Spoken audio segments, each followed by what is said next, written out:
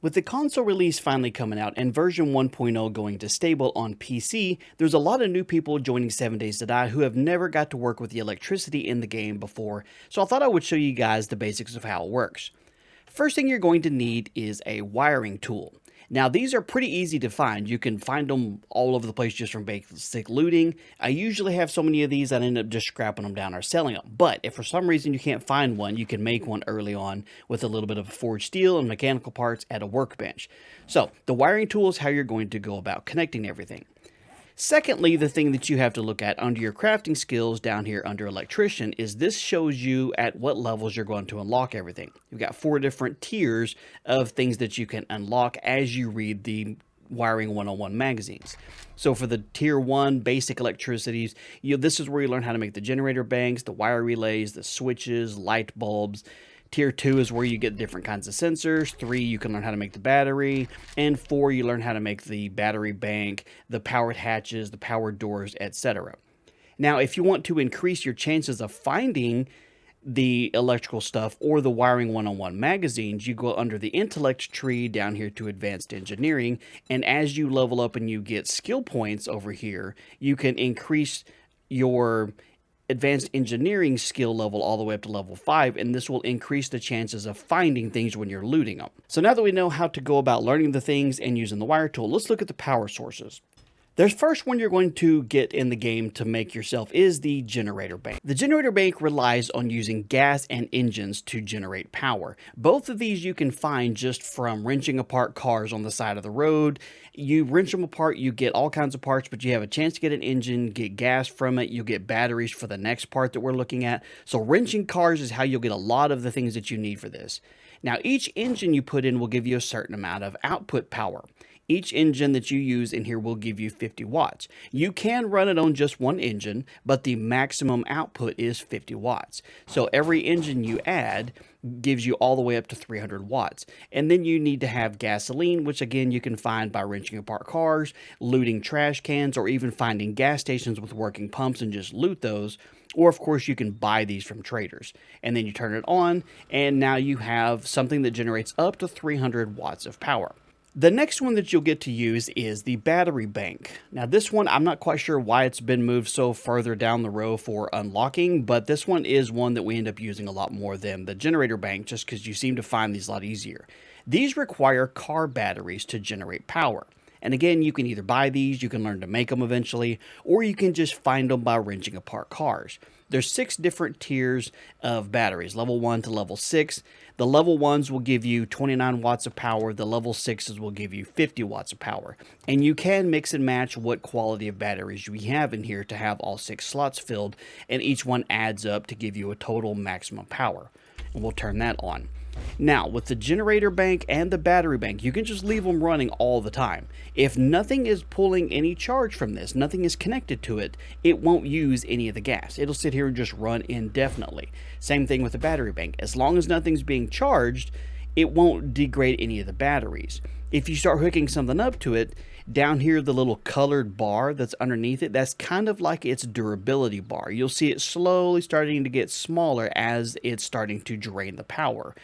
And then you can either recharge them or just replace them. Now, the solar bank is one that most people end up only using if they're playing in creative because you cannot learn to actually craft this. There is no solar crafting in the game. So you either have to get lucky and find one or buy one. You can't even rip them off of other buildings.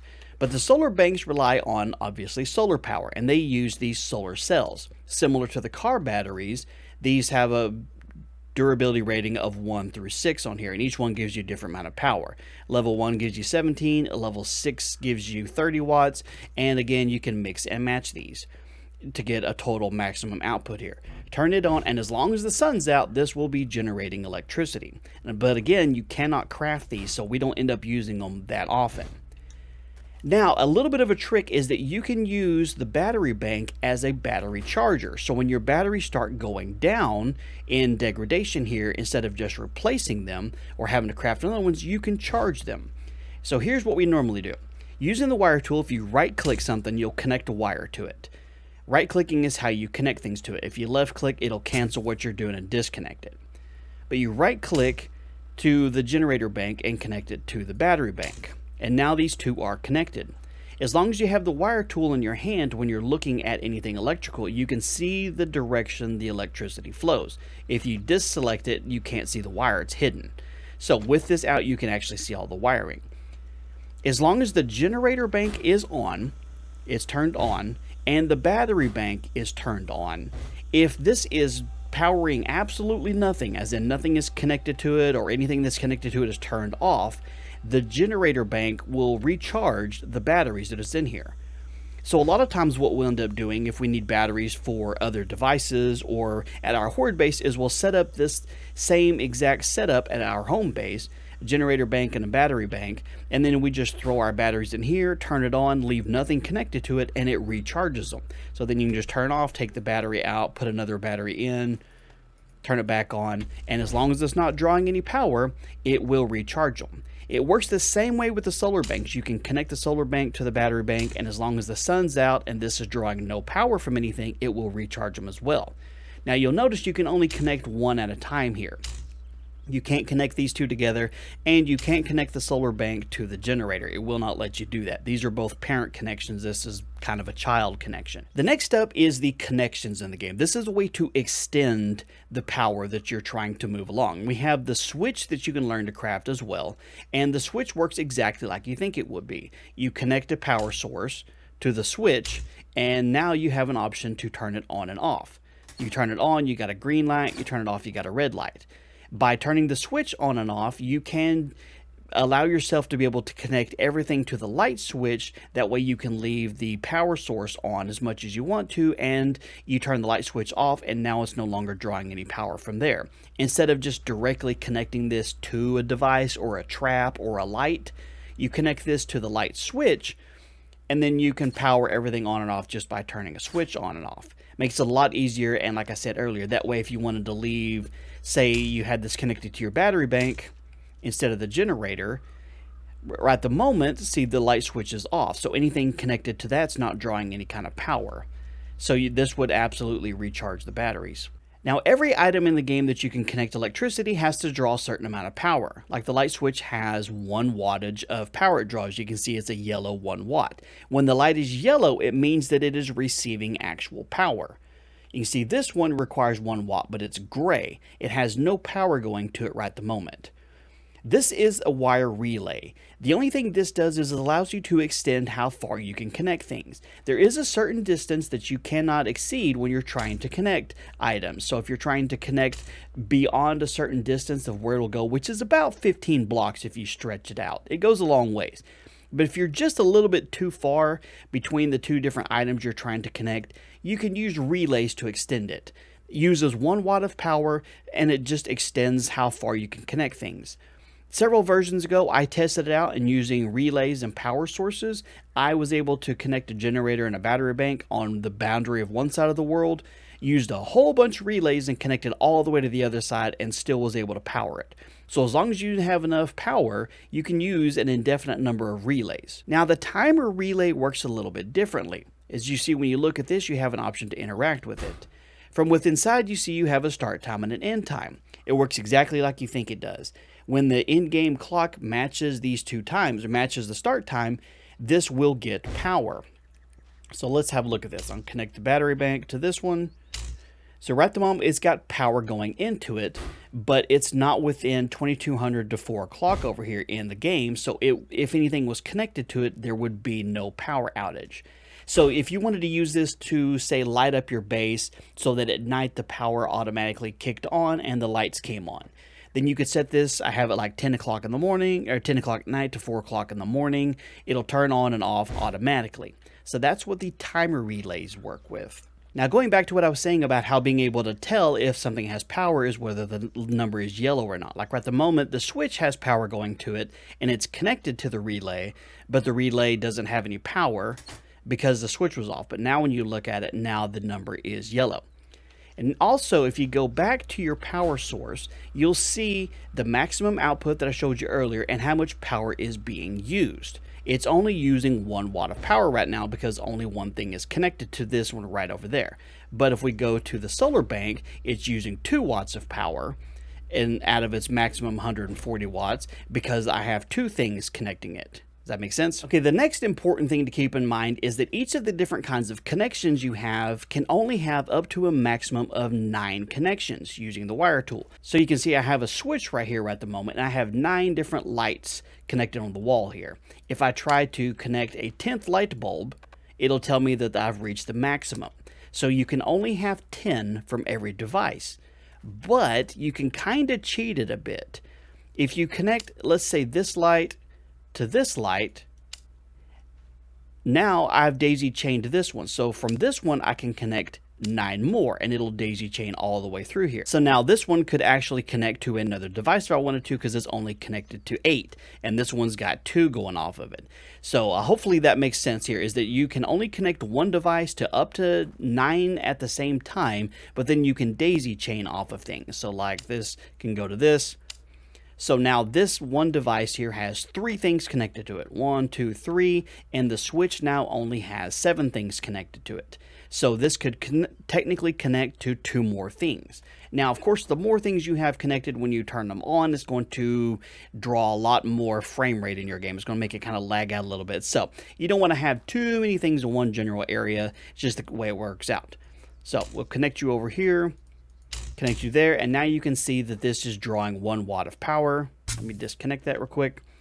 So if I flip this on, boom. See, we got a little bit of a frame drop right now because that's a whole lot of electricity going on in the same area, but you can see all of these lit up just fine. And then you turn it back off. And again, different things have different wattage outputs. Like each of these lights draws 5 watts apart. Now here's something else to keep in mind too with the power, is that if you're daisy chaining these together, the first one that you have here is the parent one. This is going to be the one that's actually outputting all the power first before it goes in through here. So if we connected everything just to the battery bank, this would be what's actually generating any kind of power. You can see in the power output. This one you can see is generating the 1 watt, and this one's generating 0 because we're connecting it to the light switch over here. So if I turn this on, now I have a whole lot of power being used. But if you look at the battery bank, it's still showing 0 because the parent power source is connecting to it. And so this is telling you that this is using 51 watts of power and going through the battery bank. So if something happens and this runs out of gas, this turns off, everything still has power, but now the power has shifted over here, if that makes sense. So that's how the power works in here. So hopefully that makes a little bit more sense as to how these actually work out. The parent power source generates all the power unless it turns off, and then the secondary one, like the battery bank, will kick on and take over. Now, with all of this going on over here, this won't drain any of the battery from these over here too, because it's not generating any power. It's not outputting any kind of power at all. So if I turn this off, like it runs out of gas or whatever, and now this is actually drawing power, this will start degrading the batteries that's in here. So the longer we leave this on here, the batteries will start degrading a little bit. If you can't really see from there, you can click on a battery and you can see, say for instance, like this level 1 battery that's draining them kind of in order.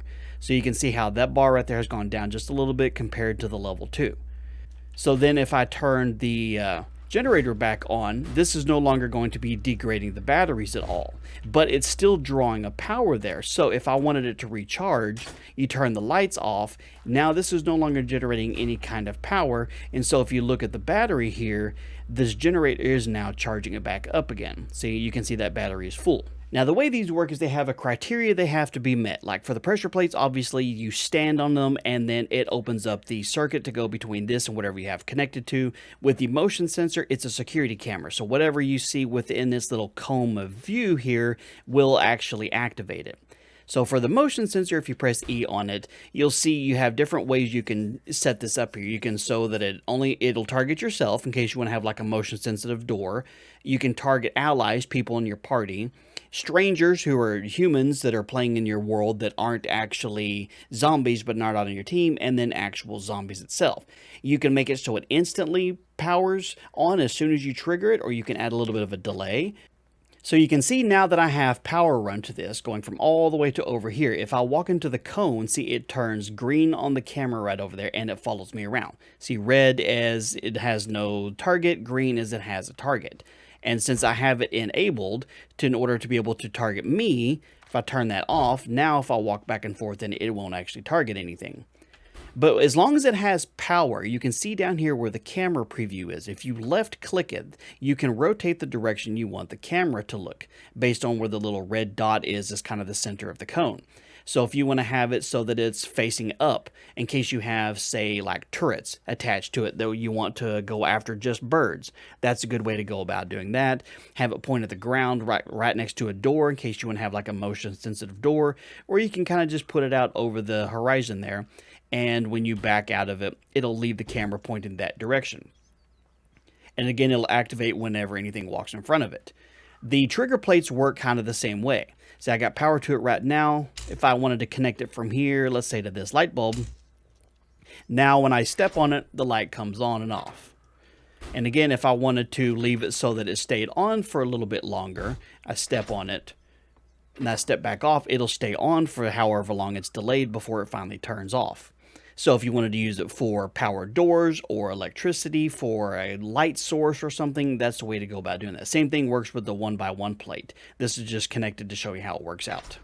When it comes to traps, we'll look at the turrets first. There's two different ones. There's shotgun turrets and SMG turrets. They work kind of like the camera, and they got this yellow cold cone of view over here that anything within this area it will target as long as it has power.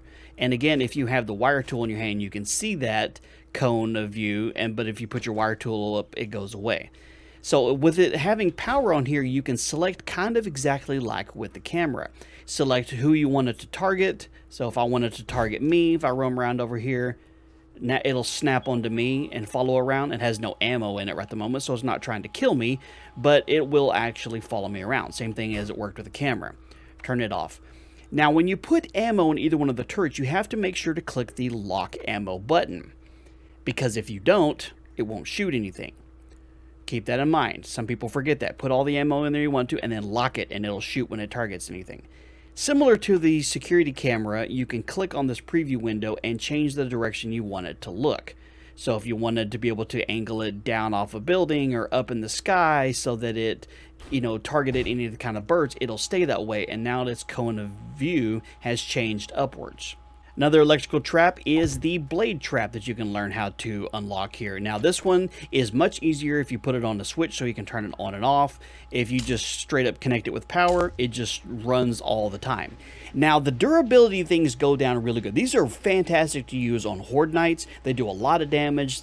They'll chop off zombie legs if you get it down like this. You put it on a wall so that it kind of chops off arms when they run past it. You can extend it from the ceiling and make it so it's like a ceiling fan that chops off heads. But it does degrade pretty quickly with going through and chopping off zombie pieces, so you'll have to make sure it's within range you can repair it, or it'll just stop working once its durability works.